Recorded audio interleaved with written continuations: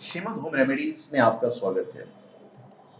और हम आपको बताएंगे शुक्र के लिए लाल किताब के कुछ उपाय कि अगर सूर्य ग्रह से आपको कष्ट हो रहा है, परेशानी हो रही है, तो उसके लिए आपको क्या करना चाहिए। शुक्र ग्रह को इंसान की जिंदगी में रूप, रंग और स्नेह आदि कारकों के लिए जिम्मेदार माना जाता है। मान्यता है कि अगर कुंडली में शुक्र अशुभ स्थिति में हो तो शारीरिक कठिनाइयों के साथ रिश्तों में भी खटास आती है। लाल किताब के अनुसार विवाह और वैवाहिक सुख के लिए शुक्र सबसे अधिक जिम्मेदार होता है, इसलिए इसके अशुभ होने पर जातक को इसका उपाय करना चाहिए। अभी मैं लाल किताब के हिसाब से, शुक्र मतलब वीनस, शुक्र के लाल किताब के हिसाब से मैं आपको उपाय बताता हूं। लाल किताब कुंडली में अगर शुक्र नीच स्थान पर है और यदि शुक्र ग्रह के कारण आपके जीवन में कुछ उथल पुथल हो रही है, तो आप कुछ उपाय अपना सकते हैं जो मैं आपको बताने वाला हूं। मैं हर भाव में किस घर में शुक्र बैठा हुआ है उसके हिसाब से मैं आपको बताता हूँ।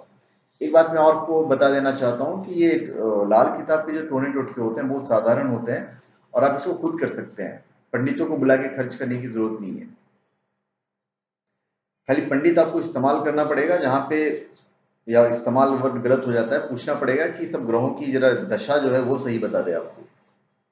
लाल कुंडली में अगर शुक्र प्रथम स्थान भाव में उचित फल नहीं दे रहा हो तो 25 की उम्र में विवाह संस्कार नहीं करना चाहिए।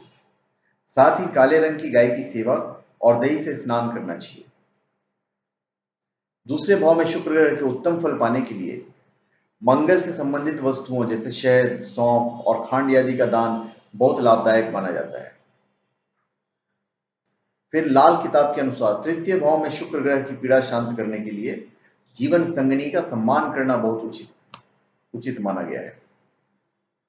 फिर यदि चौथे भाव में शुक्र के कारण आपको परेशानी हो रही हो तो अपनी पत्नी का नाम बदलकर और औपचारिक रूप से पुनः विवाह कीजिए, पर पीड़ा शांत होती है। मान्यता है कि माता को खीर का भोग लगाने से शुक्र की पीड़ा से शांति मिलती है।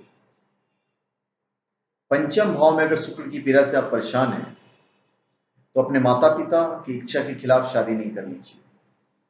गाय और माता की सेवा करने पर शुभ सूचना प्राप्त होती है। छठे भाव में शुक्र ग्रह के सुफल पाने के लिए जातक सुनिश्चित कर ले कि पत्नी के बालों में सोने की क्लिप है। अपनी पति या पत्नी को नंगे पांव न रहने दें, ऐसा होने पर हानि होती है। फिर लाल किताब के हिसाब से अगर सातवें भाव में शुक्र ग्रह से हानि हो रही हो तो सफेद गाय नहीं पालनी चाहिए।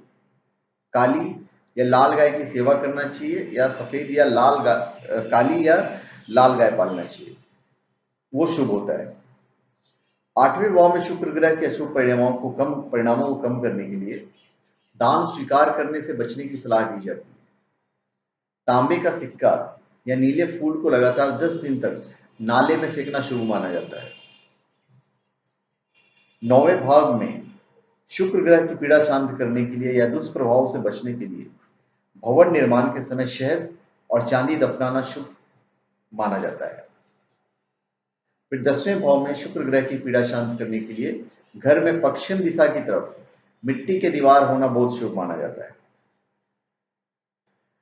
अगर शुक्र 11वें भाव में 11वें घर में है और उसके कारण आप परेशान हैं तो बुद्ध के उपाय भी अपना सकते हैं।